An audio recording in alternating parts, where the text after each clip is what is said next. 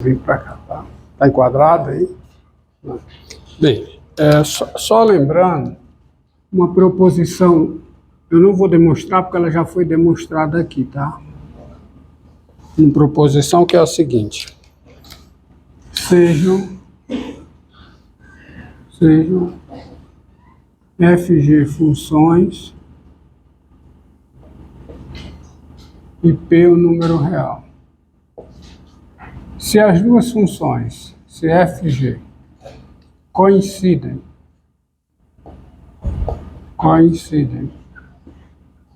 numa vizinhança aberta de P e uma delas, digamos a F, é diferenciável em P, então a outra função G também é o quê? É diferente. Ela é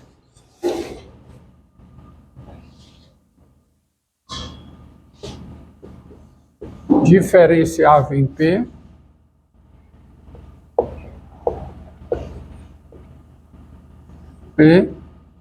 com a derivada da G em P igual à derivada da F em P. Porque são os limites, né?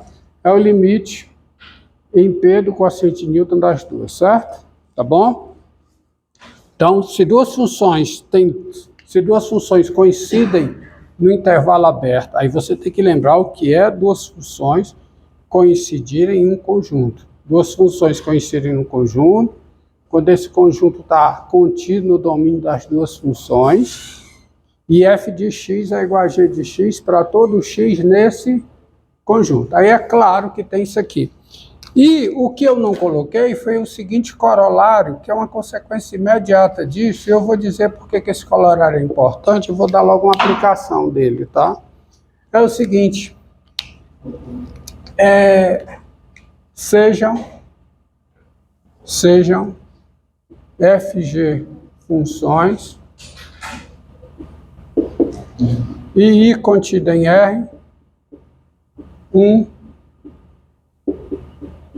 intervalo aberto, tá? I contido em R um intervalo aberto. Se as duas funções FG coincidem no intervalo I, se as duas funções FG coincidem, elas coincidem em I, nesse intervalo I, e F é diferenciável em I, quer dizer, F tem derivada em todos os pontos de I, então a função G também é diferenciável em I com a derivada da G em X igual a derivada da F em X, qualquer que seja X, no intervalo I, tá? Isso por quê?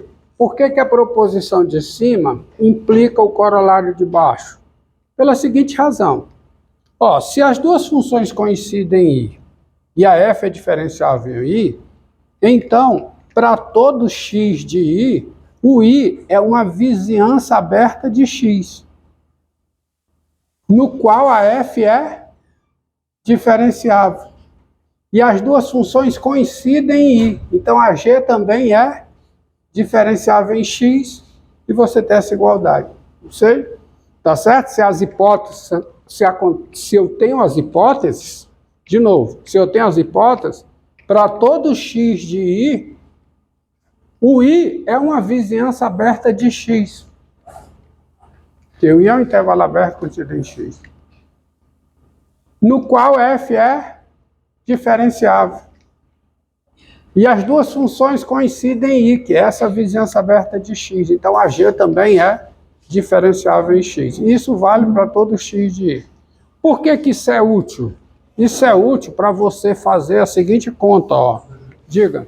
Porque as funções são iguais.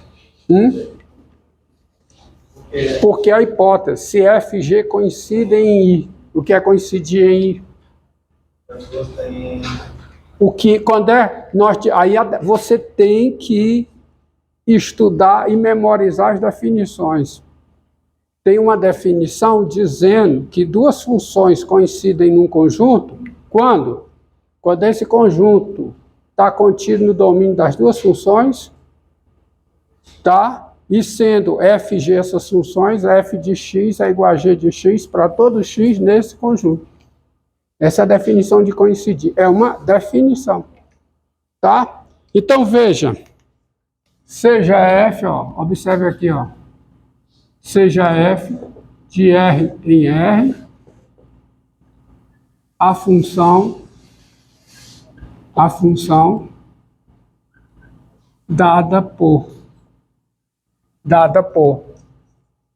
f de x igual a x3 menos 2x mais 1, se o x é menor do que 1, igual a x2 menos 3x mais π, se o x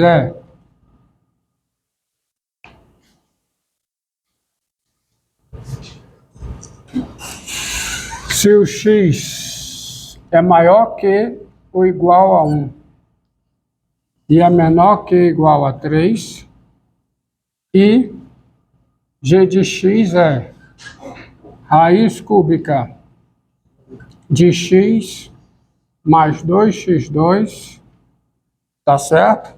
Se o x é maior do que 3. Olha aí, ó. Tá? Como é que eu encontro a derivada dessa função? Encontrar a derivada é encontrar a função derivada desta função. Então, eu preciso saber em que pontos a função é diferenciável e eu preciso saber qual é o valor da derivada nesses pontos. Certo? Você vai usar logo esta proposição, ó. Por quê? Porque é o seguinte. Eu vou logo concluir e vou falar, nem vou escrever. Tens. Primeiro, a f é diferenciável. A f é diferenciável nesse intervalo aqui aberto, ó. Me responda, à luz desta proposição, por que a f é diferenciável nesse intervalo aberto? Por quê? Porque, exatamente, porque nesse intervalo aberto, a função f coincide com essa função polinomial. Mas essa função polinomial é diferenciável em toda a reta. Em particular, é diferenciável nesse intervalo aberto. Então, a f coincide com uma função que é diferenciável nesse intervalo aberto. Portanto, nesse intervalo aberto, a f é diferenciável. E quem é a derivada da f em x? Quem é? É a derivada da função polinomial que coincide com ela. Que é quanto? 3x2 menos 2. Para todo x nesse intervalo. Eu afirmo isso, e isso é verdade, por quê? Por causa desta proposição. A mesma coisa, pela mesma razão, a f tem-se, f é diferenciável? Não, tem-se f diferenciável. Se tem-se no que se doer, não. Tem-se f diferenciável, tem-se f diferenciável. Aí eu vou pegar um outro intervalo aberto. Qual? O intervalo aberto 1, 3. Por que que a f é diferenciável em todos os pontos desse intervalo aberto? Porque nesse intervalo aberto, a f coincide com essa função polinomial. A f é uma função polinomial nesse intervalo aberto. Isto é, ela coincide com a função polinomial nesse intervalo aberto. E essa função polinomial é diferenciável nesse intervalo aberto. Portanto, a f também é diferenciável nesse intervalo aberto. E quem é a derivada da f em x? É a derivada em x da função polinomial, que é quanto?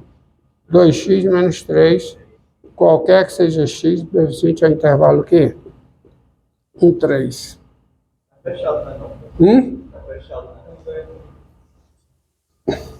O teorema, olha a proposição. Na demonstração dessa proposição, é fundamental o intervalo ser aberto. É fundamental a vizinhança ser aberta aqui. Com este exemplo, eu quero que você atente para isso. Tá? O resultado é, se duas funções coincidem no intervalo aberto, e nesse intervalo uma delas é diferenciável, a outra também é diferenciável nesse intervalo aberto, e elas têm a mesma derivada em todos os pontos desse intervalo. Qual é o outro? Qual é? F, mesma coisa. A f coincide com essa função aqui. Aonde? No intervalo aberto 3 mais infinito. Só que essa função é uma função diferenciável no intervalo 3 mais infinito.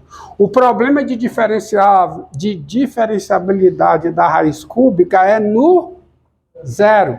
Para todo x diferente de zero, a raiz cúbica é uma função diferenciável. Então, a f é diferenciável. A f é diferenciável aonde? Em qual é o intervalo que eu estou pensando? 3 mais infinito, que é o intervalo aberto. E por quê? Porque a f coincide com uma função diferenciável, que é essa daqui, nesse intervalo aberto. E quem é a derivada da f? Em x. É a derivada em x dessa função. Quanto é? Aí é aquele negócio que está errado, né? Quanto é a derivada da raiz cúbica de x? Quanto é? 1 sobre 3. Raiz cúbica de x2. O colega bem observou que tem um exemplo que está errado. Eu esqueci um 3 na derivada da raiz cúbica. Mais quanto? 4x. Qualquer que seja x no intervalo aberto, que 3 mais infinito. Então, essas afirmações estão dizendo que a função f é diferenciável nesse primeiro intervalo aberto, é diferenciável nesse segundo, é diferenciável nesse terceiro. A pergunta que fica... E no 1 e no 3, será que essa função é diferenciável? Aí você só resta uma coisa, a definição. A definição. Ou então, um critério que eu já tenho de não diferenciabilidade. Há uma proposição que diz o seguinte, se uma função é diferenciável num ponto, nesse ponto ela é contínua. Portanto, se ela não é contínua nesse ponto ela não é diferenciável. Então, outra coisa. Além disso,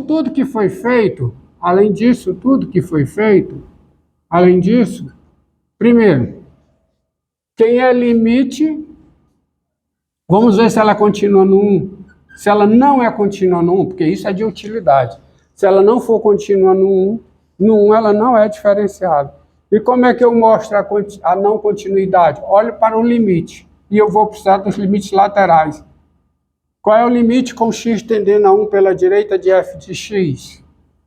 Isso é o limite com x tendendo a 1 pela direita de quem?